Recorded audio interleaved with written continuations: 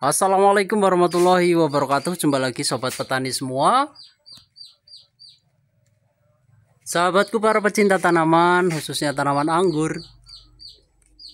Oke sahabat ya, kita update untuk perkembangan anggur kita yang kita budidayakan secara full organik ya, full organik ya. Jadi teman-teman, kita sudah lama menyukai ya menanam menggunakan organik ya. Kalau dulu khususnya di cabai ya, kita sudah eksperimen selama 2 tahun lebih. Alhamdulillah ya, untuk cabai juga bisa berbuah lebat dengan nutrisi yang terpenuhi dengan organik. Jadi kita coba di anggur, ternyata luar biasa sahabat ya. Tanpa kita lakukan pruning pembuahan pun ya, ada pecabat membawa klaster bunga sahabat ya, dan menjadi buah ya. Ini terlihat ya, ini sepertinya varian akademik atau kalau enggak Gosvi ya. Jadi antara dua itu. Kemudian ini ya, ini anggur kita variannya masih bertanya-tanya ya. Karena kehilangan identitas ya. Kalau ini teman-teman pasti sudah tahu ya. Jadi ini berbuah dengan menggunakan nutrisi dari organik. Jadi hanya dua ya, dua organik saja, dua bahan organik saja yang kita simpulkan berhasil menyuburkan pohon kita dan membawa kesuburan, juga memunculkan bunga-bunga ya. Jadi saya tadi hari ini ya, ini kita sedang pangkas-pangkas ranting-ranting yang kurang produktif ya. Jadi sudah banyak sekali yang kita buang ya.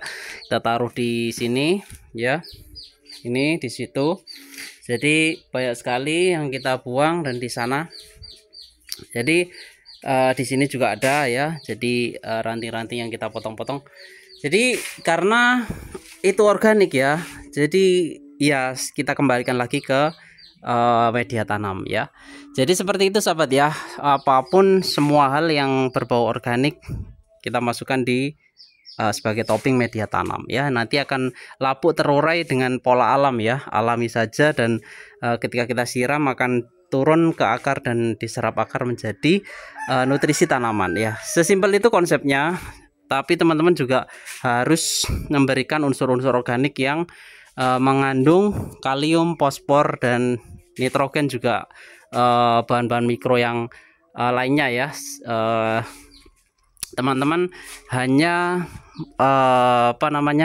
contoh ya, mencontoh dari unsur kimia yang teman-teman pengangguran sudah berikan ya di tanamannya sampai berbuah ya. Itu kita contoh ya, kita aplikasikan ke organik. Jadi bahan-bahan apa saja yang mengandung asam amino, asam humat, kalium, fosfat, fosfor, nah itu kita cari ya, kita topping di atasnya. Kemudian kita dibantu juga dengan adanya air lindi ya. Jadi air lindi itu adalah air dari berbagai bahan-bahan organik yang ada di dapur ya. Jadi di dapur kita juga tidak bisa kontrol ya, ada CPT, ada kalium, fosfor ya, karena sampahnya bervariasi. Jadi rembesannya itu kita bisa gunakan sebagai pemupukan ya, seminggu sekali ya, atau 2 minggu sekali. Nanti teman-teman bisa lihat ya. Jadi kita sudah membuktikan dan dikuatkan dengan teman-teman ya, seperti yang intinya teman-teman yang membudidayakan anggur secara organik ya. Contohnya ada teman kita dari Mantri of Grapes ya, itu juga menggunakan organik full 100% ya. Ini teman-teman ya, buah-buah bonus seperti ini muncul dengan sendirinya ya, tapi kita kadang tidak tahu, jadi kita tidak begitu terawat ya. Tadi saya juga menemukan adanya bunga-bunga seperti ini sudah jadi berry ya. Kita tidak ini ya, nih juga ya. Jadi bukti bahwa pupuk yang kita berikan ini sudah mengandung unsur pembuahan sahabat ya. Jadi mendorong pohon untuk mengeluarkan bunganya.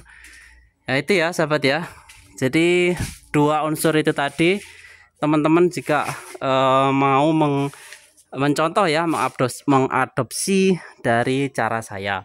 Jadi tidak bermaksud menggurui, ini hanya sekedar berbagi ya. Intinya organik lebih baik itu kebenaran ya.